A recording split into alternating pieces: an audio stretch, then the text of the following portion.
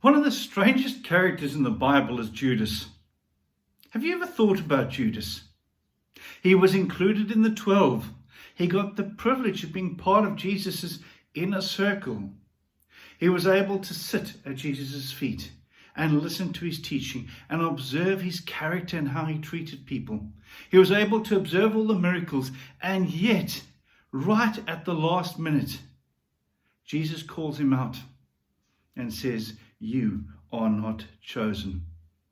Right at the Last Supper, before Jesus shares that intimate moment with his disciples, he says, "I am not speaking of all of you. I know whom I have chosen. But it is to fulfill Scripture, the one who ate my bread has lifted his heel against me." Why?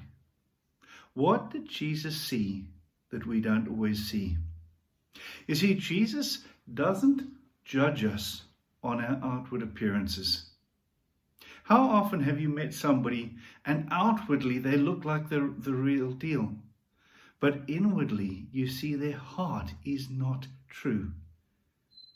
Jesus judges us not by what he sees on the outside, but what he sees in our heart. This is really hard, because many times I don't have the same abilities as Jesus to see people's hearts. And I've been disappointed by people who've looked so good. Acts chapter 1, 24 to 25. The disciples now have to choose a replacement for Judas. What is the characteristics they're looking for the most? It says this, "And they prayed and said, 'Lord, you know everyone's heart. Show us which one of these two you've chosen to take the place in the ministry and apostleship for which Judas turned aside to go his own place.'" Is your heart for Jesus? Have you fully given your heart to Jesus? Because you can pretend and look the real deal on the outside, but God judges by the heart. Chosen have given their heart to Jesus. Their heart is at one with him. They believe in the things that he believes in. They want the same dreams to come true. There's an organization in South Africa called the Wesley Guild.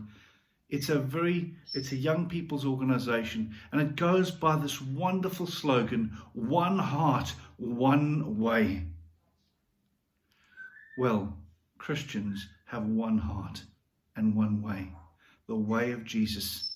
They've given their heart to be one with Jesus' heart. As a chosen, I want to ask you today, have you given your heart to Jesus? Because Jesus is not confused. He will see your outward actions for what they are, and he sees your heart. And if your heart is true to him, then you are his chosen.